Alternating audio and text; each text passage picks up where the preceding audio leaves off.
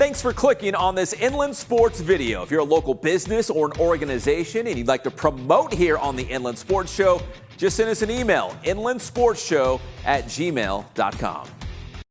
Inland Sports.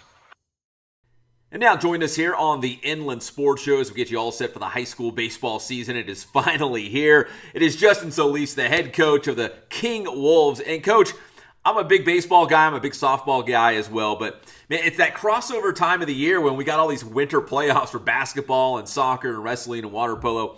It's like, I almost forget. It's like, oh, my gosh, baseball had opening day this past Saturday. I know you guys had a tough road game at Great Oak, and you got a couple more big games coming up this week. But just overall on the season, are you excited about this Wolves squad you have this year?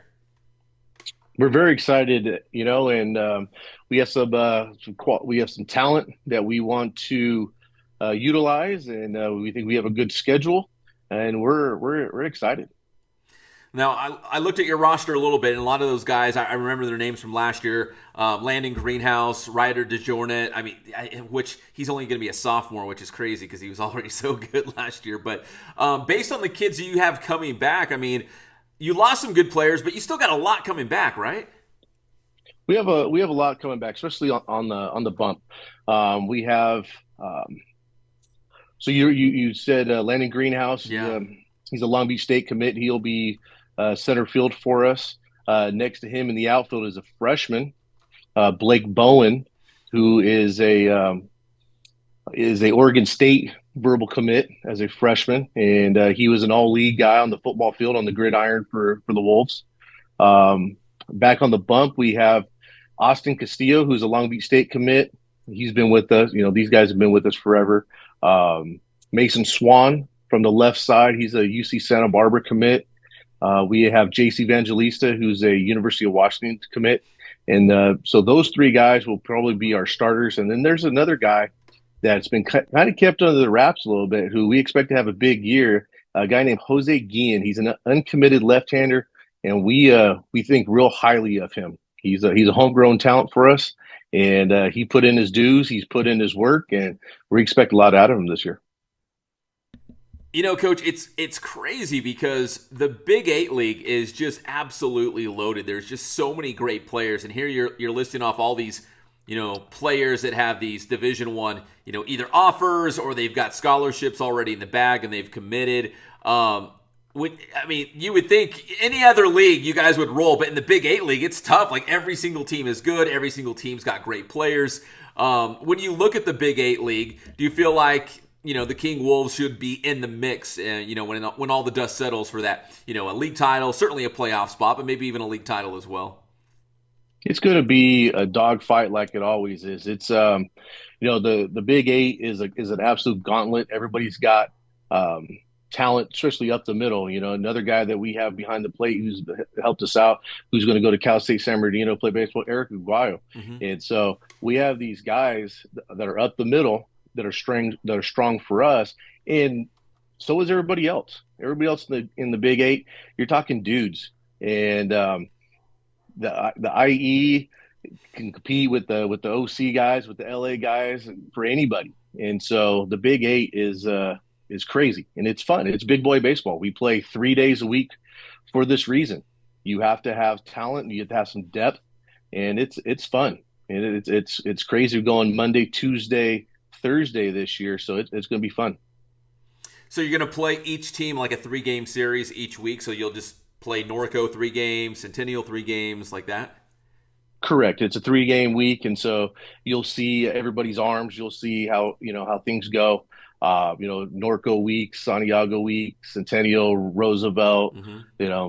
All these guys. It's that week, and so when it's not like, okay, you have some team A then team B. No, it's go. It's you're going to play King, and you're going to play King all week long.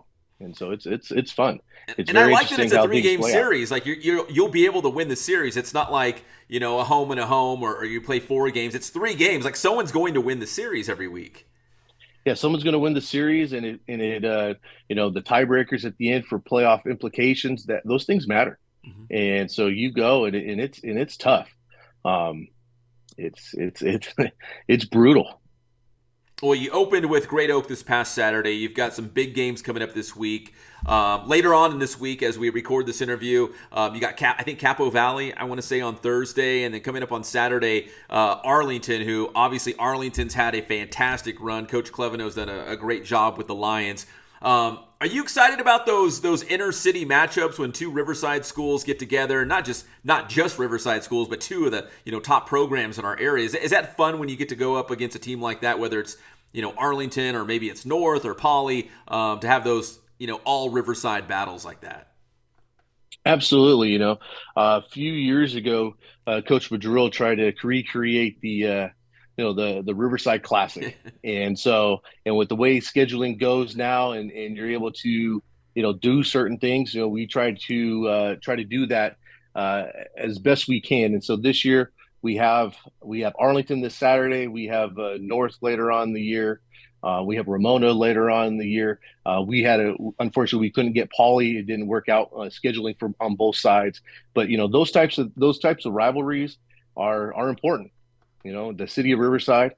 Those types of things are great. And so, one of the things that playing in the Big Eight, you play all the Corona schools, so they have built in that rivalry. We're on the outside looking in, and so it's always good to say, okay, who's in within your district, within your city, the little bragging rights you have, and we're all friends as coaches, we're all competitors, and it's always like, hey, we got you, and you got us, but we're going to get you next year. All those things. It's always great. Well, Coach Solis, speaking of Coach Madrill, like there's not a guy out there I think that loves Riverside more than Steve Madrill. But I know he's running around with his sons right now doing baseball and soccer and whatever else they're doing. But being with him for a couple seasons at King High School, I know you've been a head coach before, but did you pick anything up just being around him, the way he kind of ran the program, the way he wanted players to I don't know, train, practice, act off the field, anything like that related to baseball? Yes, personally, I was disappointed when he resigned and wanted to become Coach Dad, because I was very happy in my assistant role of assisting him and like, hey, what do you need me to do over here? Because you look pretty busy over there, and what can I help you off to the side? And then with the time it takes, he's decided that he wanted to go home and be with his family and coach both of his boys and watch his daughter run, and so. We can't blame him for that. And so over the years, we just saw how he kind of ran things, and he has his skill set that he's very good at. And I'm not going to try to duplicate him. You can't do that. I have my skill set that I think I'm good at, so I'm using that. But the overall of how things go and how the way you interact with student athletes and stuff like that, that's not going to change.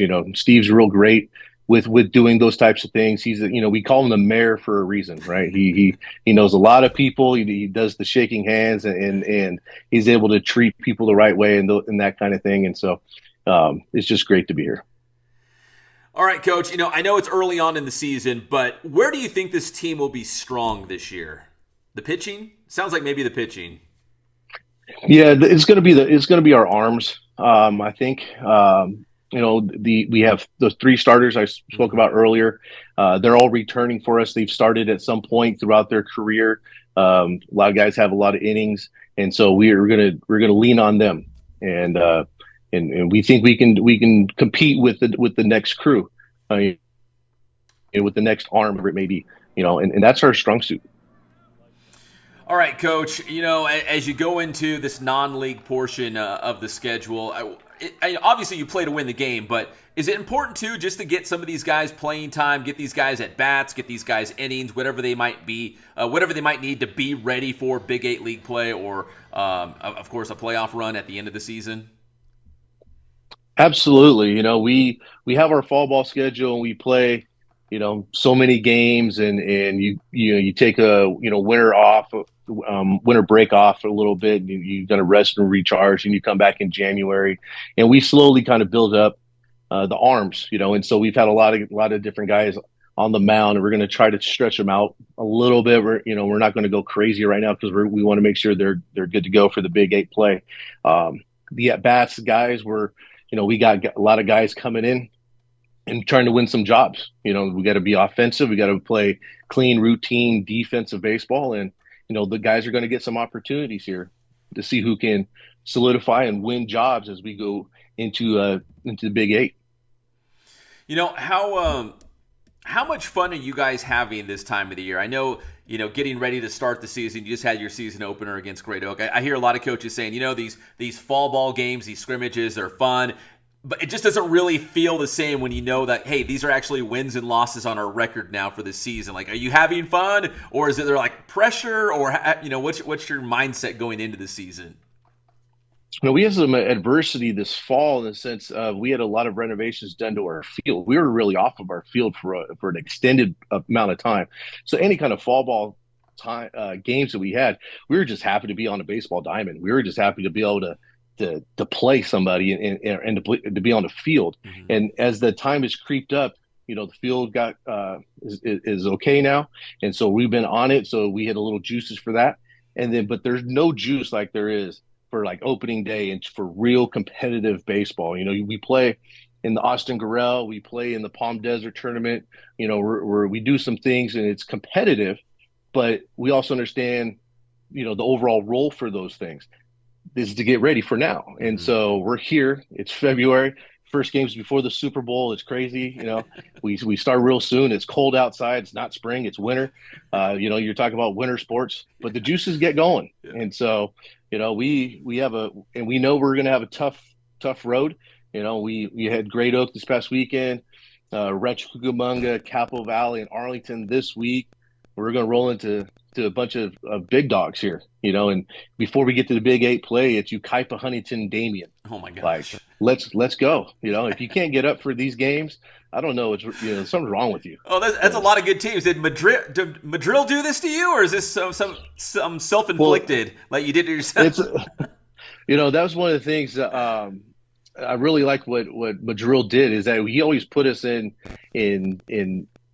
opportunities like this to play quality teams, and so I wanted to capitalize on that and kind of keep that going a little bit, and so our schedule is tough, but you got to get ready for the Big Eight. You got to get ready for everybody that's in the Corona Norcos and the Santiagos and the Roosevelts and those guys and Centennials and those guys are crazy, so we got to play a crazy schedule sometimes.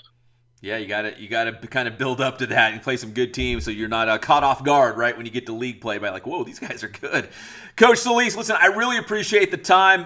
Best of luck this week. And again, a big one between King and Arlington coming up this Saturday. First pitch is that 11 a.m., I want to say? I believe this Saturday is at 10 a.m. 10 a.m. at your place, right?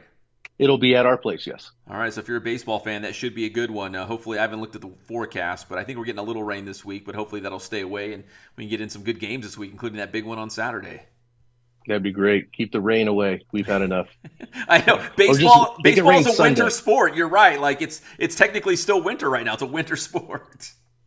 Yeah, and all the high school baseball coaches know, like, it starts to rain? Yeah, it's because it's baseball season. Football season is dry. Soccer – for the first half of soccer's dry. Soccer goes into playoff. You might get rain. It's because baseball season's begun. It's waiting for you guys. That's right. Coach Solis, really appreciate the time. Best of luck this season. Thank you. Thanks for having me. You got it. It's Justin Solis, the head baseball coach for the King Wolves here on the Inland Sports Show. Inland Sports.